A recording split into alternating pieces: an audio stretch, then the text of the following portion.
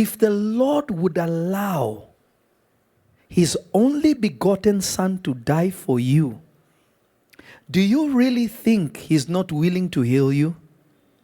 Do you really think He's not willing to bless you? Do you really think He's not ready to intervene and bring your children back, to bring your spouse back, to restore your families? Do you really think He wants to keep away the promotion with the job He made available for you? He did not spare His Son because He desires to give you His best. Amen. That goes beyond your ability.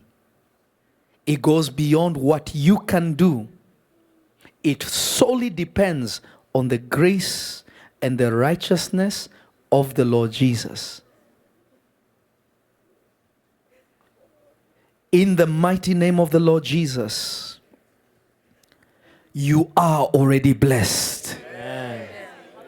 You are already healed. Amen.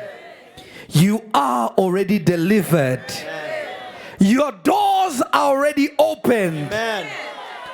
Your families are restored. Amen. Your children are coming back. That witchcraft is broken.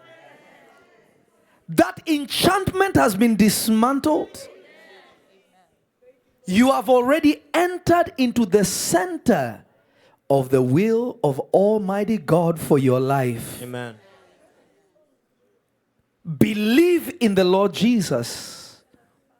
Depend on the Lord Jesus, and it shall be well with you. In Jesus' mighty name. Clap your hands if you have received it. Hallelujah. I think you can clap better for the Lord Jesus. Hallelujah.